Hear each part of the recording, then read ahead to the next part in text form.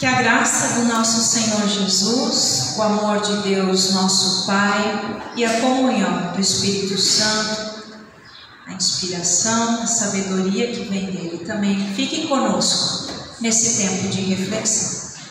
Amém. Você já desejou receber uma grande revelação da parte de Deus? Já desejou que o Senhor viesse de uma forma maravilhosa e gloriosa e revelasse, e se revelasse a você? Mostrasse a sua face, sua verdade, sua vontade? Penso que sim. Quem não gostaria?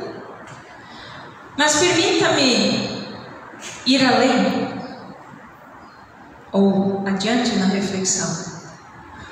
Quando você pensa em Deus se revelando, de que forma você o imagina fazendo isso? Quando você pensa em Deus se revelando a você ou a qualquer outra pessoa, quando você imagina Deus se revelando, de que forma você o imagina fazendo isso? Guarde essa pergunta. Estamos no último domingo, após Epifania. A palavra Epifania quer dizer revelação. Deus se revelando para as pessoas. Os textos deste final de semana mostram, cada um de um jeito ou do seu modo, maneiras como Deus se revelou em dois momentos, pelo menos, da história. O salmista retrata Deus entronizado, acima dos querubins. Fala da santidade de Deus, da grandiosidade de Deus, e diz: esse Deus está acima dos querubins. No Êxodo, nós ouvimos a revelação especial de Deus a Moisés no deserto, quando ele sobe ao monte e durante 40 dias e 40 noites permanece ali, tendo dessa revelação de Deus, no caso ali, da lei. No Evangelho, nós ouvimos sobre a transfiguração de Jesus, evento no qual Jesus então se manifesta, se revela num monte a Pedro, Tiago e João. Talvez motivados pelos textos que nós ouvimos, talvez movidos pelo senso comum de imaginar Deus, quando pensamos na revelação de Deus, nós talvez não conseguimos pensar ou imaginar nada menos que glorioso. Quando nós imaginamos Deus se revelando, nós talvez imaginamos ou até mesmo esperamos um evento digno de produção de cinema de Hollywood. Imagina, nuvem brilhante encobrindo, Jesus mudando a sua aparência, isso é grandioso. Porém, no texto previsto para a pregação deste final de semana, nós vemos que Deus sim continua se revelando e se manifestando, mas muito mais perto do que podemos imaginar. Por isso eu convido você que está ainda com a sua Bíblia na mão, a abrir uma carta de 2 Pedro. E nós queremos ler esse texto. Segunda carta de Pedro, 2 Pedro, capítulo 1.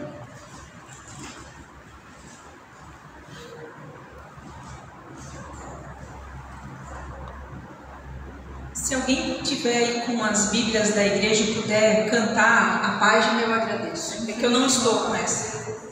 329. 329 é a página.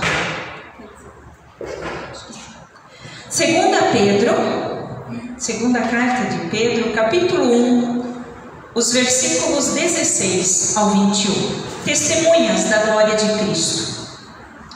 Assim nos diz o texto: nós não estávamos contando coisas inventadas quando anunciamos a vocês a vinda poderosa do nosso Senhor Jesus Cristo.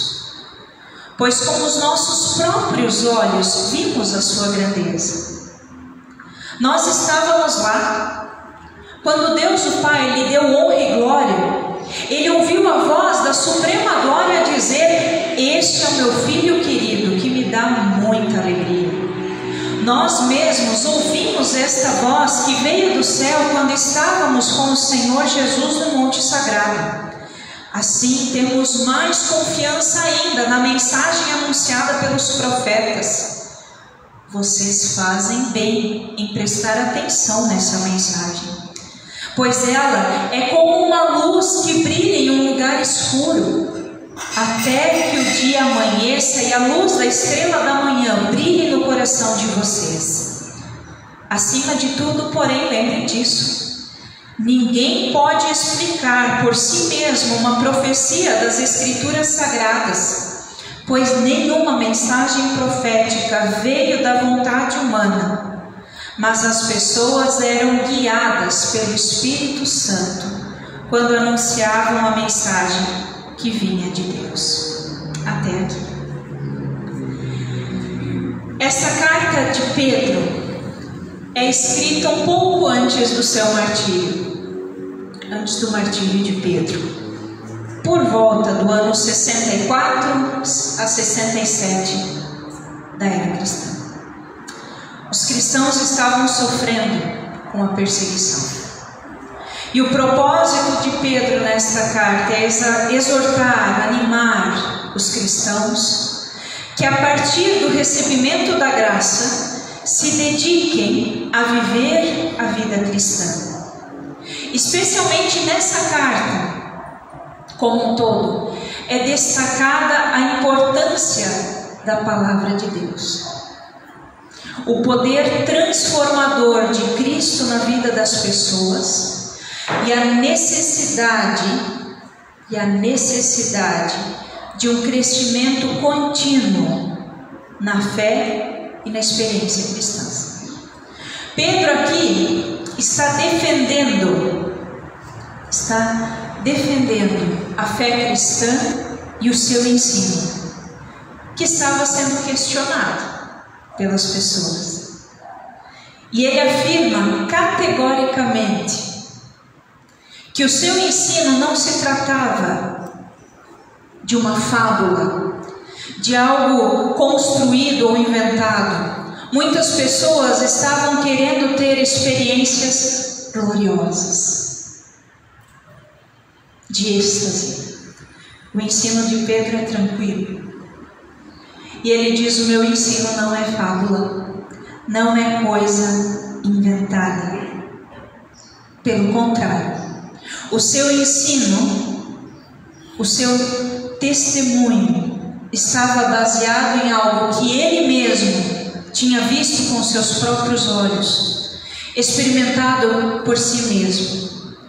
O segundo argumento que Pedro usa para fundamentar o seu ensino aponta lá para o Antigo Testamento, para a palavra dos profetas. E ele diz: olha, vocês fazem bem ao dar ouvidos a este ensino. Deus se revelou ao longo da história e ele continua se revelando. Voltamos para a pergunta do início. Você já desejou que Deus se revelasse a você, trazendo talvez ainda mais para perto? Você quer que Deus se revele a você? Caso sim, leia a sua palavra. Ouça o que ele diz. Leia, medite, ore sobre a palavra de Deus. Tenha uma vida devocional para além do culto dominical. leia, medite, ore sobre a palavra de Deus. Às vezes nós queremos grandes manifestações, assim como Moisés teve, e os discípulos também testemunharam.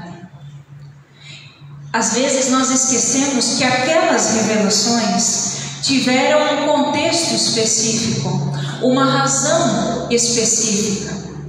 E ao olhar e esperar grandes revelações, por vezes nós esquecemos que Deus continua se revelando, não mais talvez por uma grande aparição,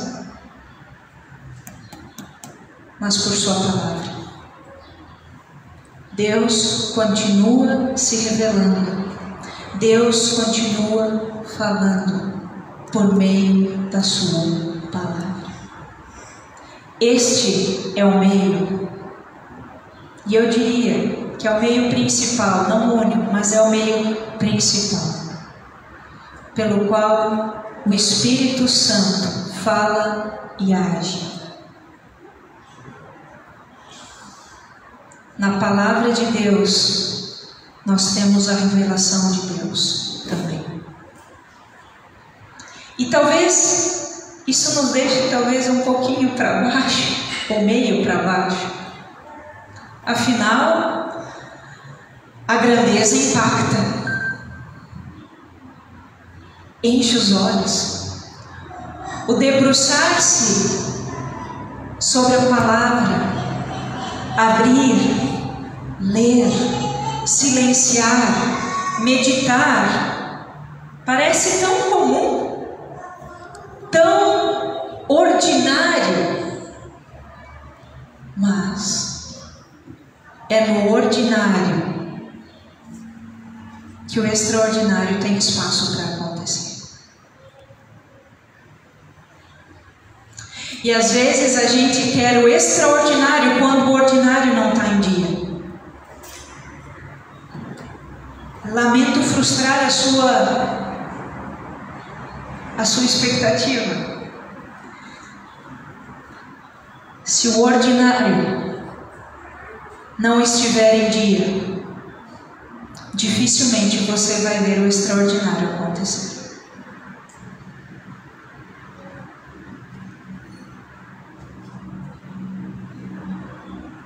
Ler, silenciar na presença de Deus, meditar,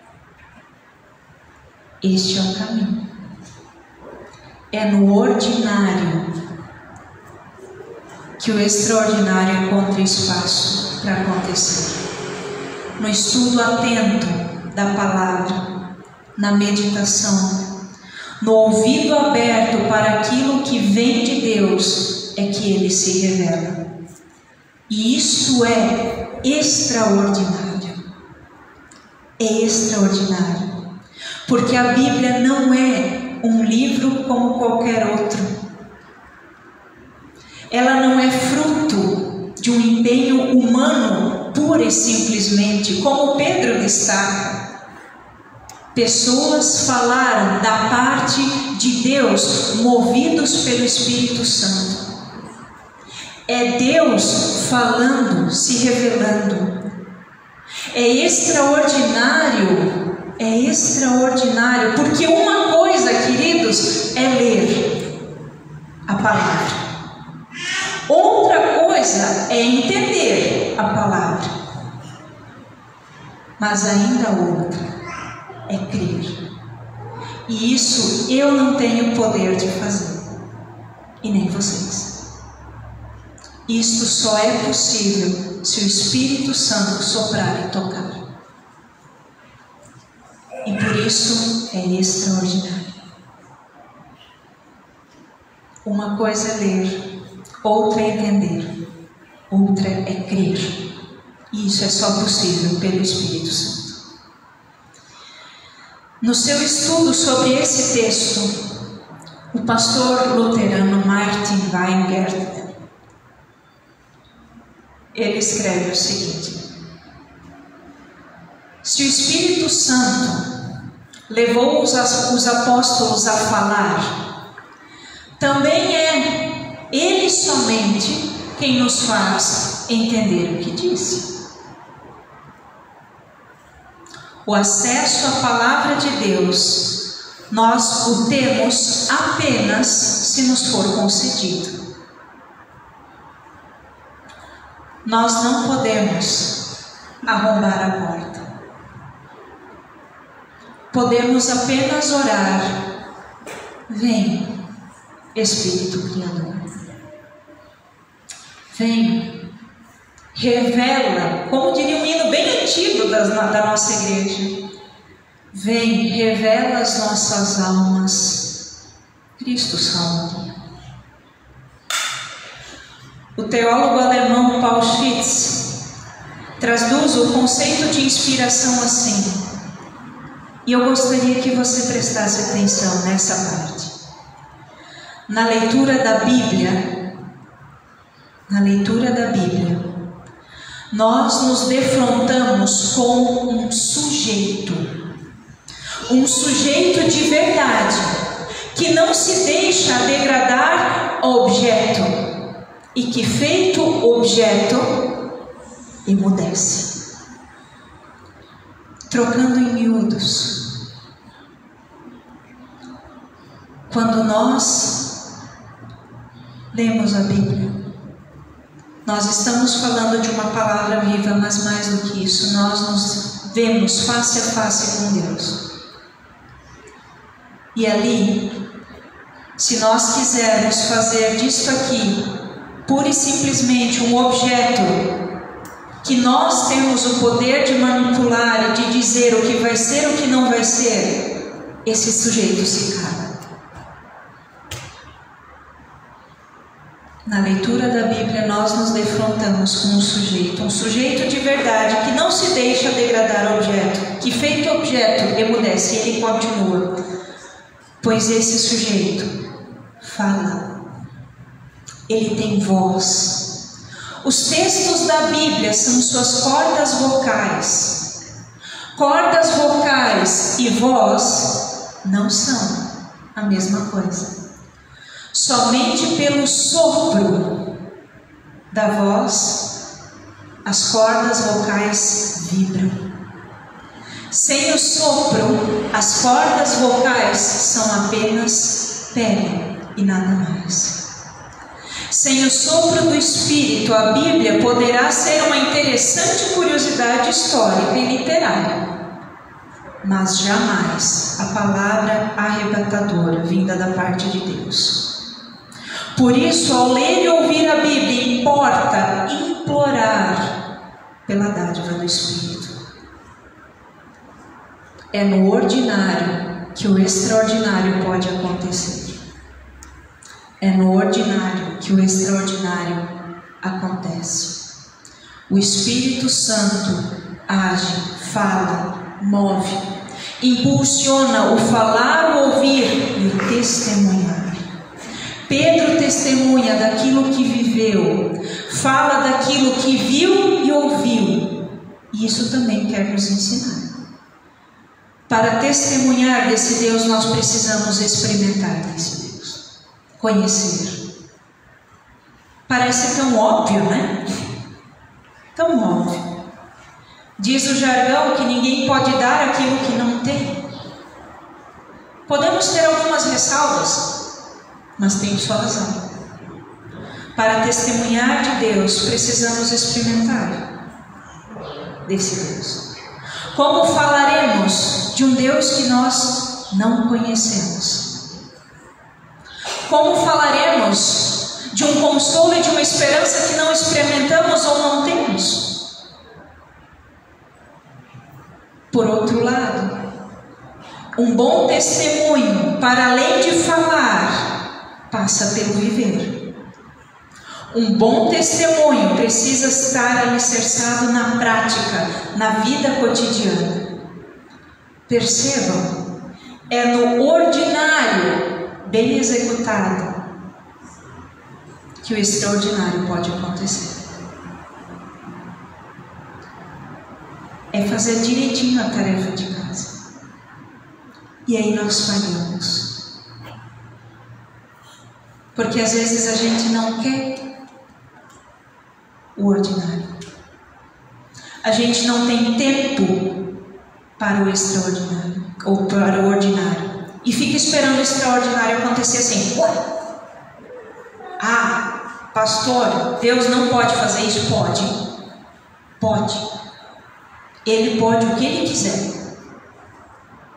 O que eu estou dizendo aqui é que o Espírito Santo ele tem um caminho para chegar. E esse caminho, via de regra, é este aqui. Porque uma coisa é você se emocionar, isso é possível. A outra coisa é você ser transformado verdadeiramente. São coisas bem distintas.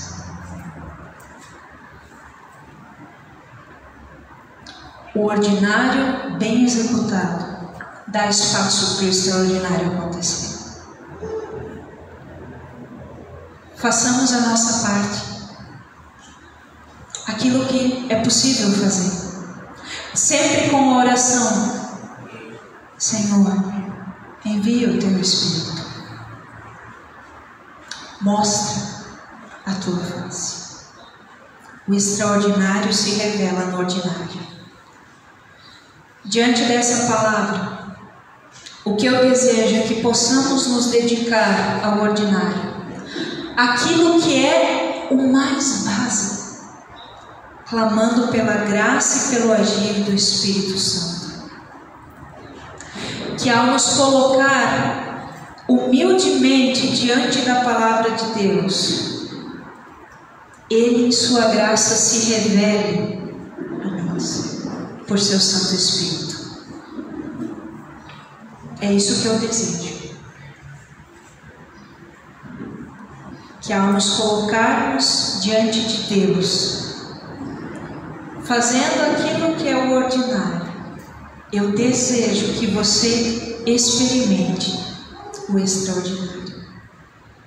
Que o Senhor se revele a ti pelo seu Santo Espírito e que assim possamos testemunhar daquilo não apenas que nós ouvimos, mas daquilo que vivemos, daquilo que nós experimentamos, daquilo que nós experimentamos, que possamos testemunhar, falar do que vimos, ouvimos e experimentamos, daquilo que não é fábula, não é invenção, mas é uma experiência viva a partir da palavra. Que assim seja.